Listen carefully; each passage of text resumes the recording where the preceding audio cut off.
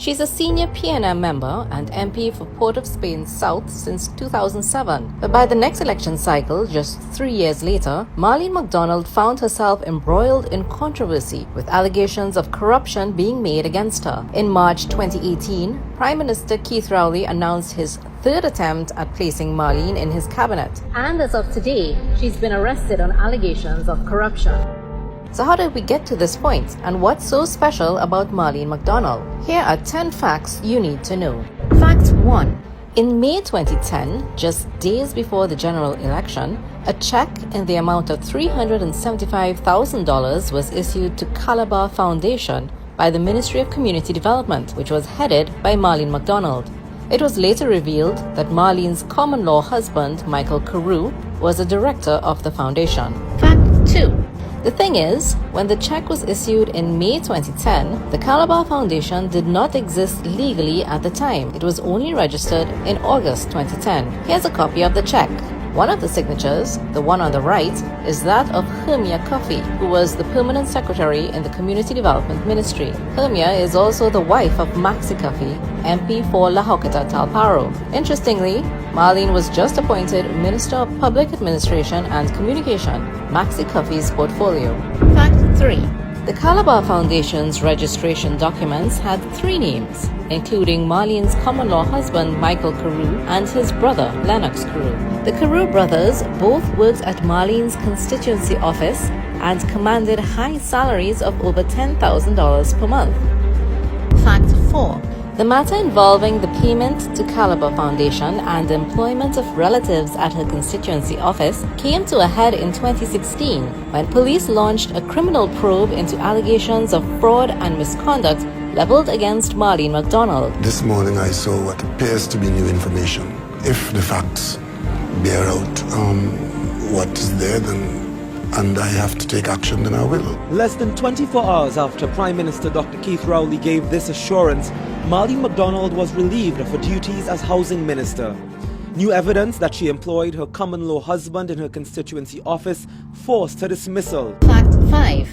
After 16 months out of Keith Rowley's cabinet and seemingly out of favor with the Prime Minister, Marlene Mcdonald returned, this time appointed as Minister of Public Utilities. However, the criminal probe into fraud and misconduct by the police was still ongoing and remains so to this day. Well-placed political and law enforcement sources tell us the probe will examine her conduct as the former Minister of Community Development under the former Patrick Manning regime, and to seek to determine whether hundreds of thousands of dollars in contracts given to the Calabar Foundation were above board or not. Fact 6. Marlene's return, however, was short-lived, holding the post for less than 48 hours. Ms. Mcdonald was sworn in as the Public Utilities Minister on June 30, 2017, only to be fired from the cabinet by the Prime Minister on July 1, 2017, due to the presence of one of her guests at her second swearing-in, Sealers contractor Cedric Burke. His appearance sparked more than just raised eyebrows. He provoked alarm among security personnel. The government's inability to properly respond to the threat of criminality in Trinidad and Tobago is because of a closeness and an association between government personnel and persons who engage in criminal conduct. And nothing that supports that is to be encouraged in any form or fashion. Fact 7. Now, this special guest was reported to have been well known to the police. One newspaper reported that a viral YouTube video, which was produced locally, featured the lyrics "Big Up Chemist" and "Big Up Berkey." Big up Chemist and big up Berkey. Boston, Spain, Trinidad, Gangster City. Transport Bushmaster, straight up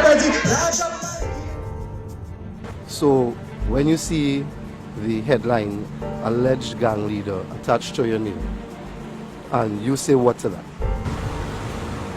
Well, I say alleged is a word that you use plenty when you do when you want to keep yourself safe from lawsuits. That is the word to use, because that if you know something, you shouldn't say alleged. I am not prepared to go into any debate with Mr. Burke or any citizen.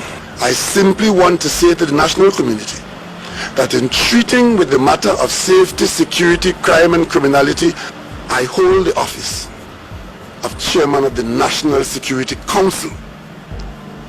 and I may have a little more information on these matters than any other citizen. Fact 8. The rise and fall and now rise again of Marlene Mcdonald came as a surprise to the nation. The media did not get the opportunity to pose questions to either the Prime Minister or Minister McDonald. Opposition leader Kamala Prasad-Bissessar said she had some questions of her own. It's like a shotgun wedding. It's so bizarre, it's like a shotgun wedding. No explanation. They all go up to the President's house and everyone, not a word. Everybody's mum, no one would say a word. It's very bizarre. An explanation is forthcoming. What has changed? Has anything changed? I think the country deserves an answer to such a question. Could the Prime Minister say whether he has received information from the Integrity Commission and or the fraud squad that Ms. McDonald is no longer the subject of an investigation and has been cleared of all alleged wrongdoing and misconduct? Prime Minister. Madam Speaker, the last time I checked, the responsibility for appointing any person to the Cabinet of Trinidad and Tobago lies with the Prime Minister. And I am not aware that it is circumscribed by any correspondence to or from the Integrity Commission. Fact 9. Two political analysts, Winford James and Dr. Mukesh Bastew, agreed with Prasad-Bissessar and noted that the Prime Minister failed to tell the country whether the issues which caused him to revoke her appointments on the last two occasions were resolved.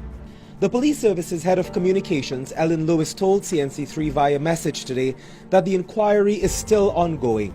Other commentators are questioning the Prime Minister's judgment in reappointing McDonald at this time. The return of Marlene Mcdonald is a sign that he's finding difficulty to get talent into the cabinet. Fact 10.